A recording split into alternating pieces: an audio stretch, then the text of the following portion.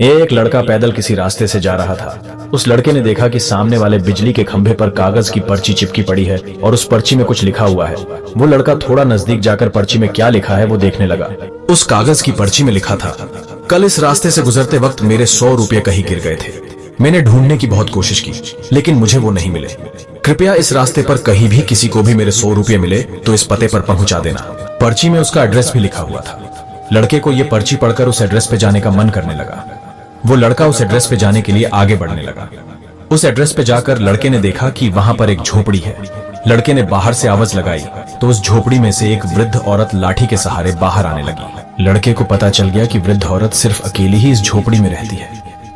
वो लड़के ने उस वृद्ध औरत से कहा कि माँ जी, आपके 100 रुपये जो गिर गए थे वो मुझे मिले हैं, ये रहे आपके 100 रुपये। उस लड़के की बात सुनकर वो वृद्ध औरत रोने लगती है और कहती है कि बेटा, अब तक करीब 15-20 लोग मुझे 100 रुपये देकर जा चुके हैं।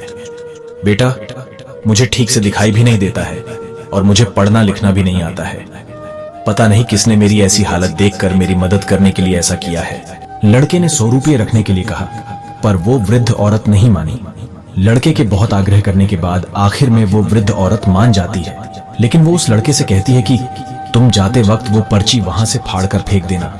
मुझे पता नहीं कि किसने मेरे पे तरस खाकर ऐसा किया है। लड़के ने कहा, माँ जी, आप इस बात की फिक्र मत करना, मैं वो पर्ची फाड़ दूंगा। अब वो लड़का उस वृद्ध औरत के घर से निकल जाता है।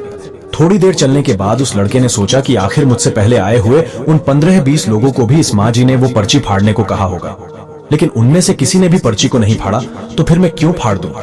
वो लड़का उस पर्ची को बिना फाड़े ही वहां से चला जाता है।